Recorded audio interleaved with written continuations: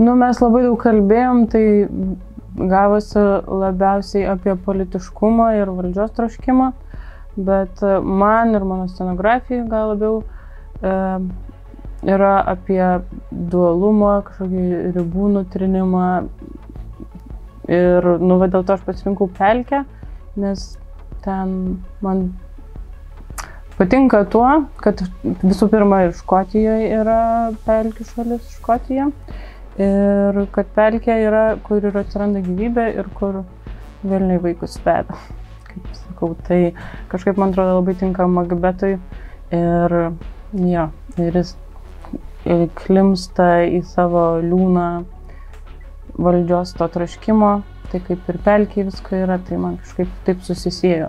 Ir dar labai svarbi ta erdvė, kurioje mes darom, nes nu, čia nėra teatro scena, tiesiog juoda dėžutė. Tai truputį ta pelkė man tinka ir su traukinio konceptu, traukinių stoties, nes primena gal ir anglies krūvas, kažkaip truputėlį tokios sąsajos. Tai teatro scenai ateini ir tada sukuri savo pasaulį, tik tais kaip burtininkas, o čia tu jau turi pasaulį, kurį turi sujungti su savo kuriamu. Tai čia tas ir yra iššūkis, kad kažkaip, jeigu jau renkiesi specifinę erdvę, tai jinai jau kalba daug ką. Tai reikia kažkaip sugebėti neužgožti tos jos kalbos, bet truputėlį padėti istorijai vystytis, nu, su kažkokiais scenografiniais elementais, manau, jie reikalingi. Tai bet tas yra sudėtinga tą balansą išlaikyti. Tai žiūrėsim, kaip pavyks.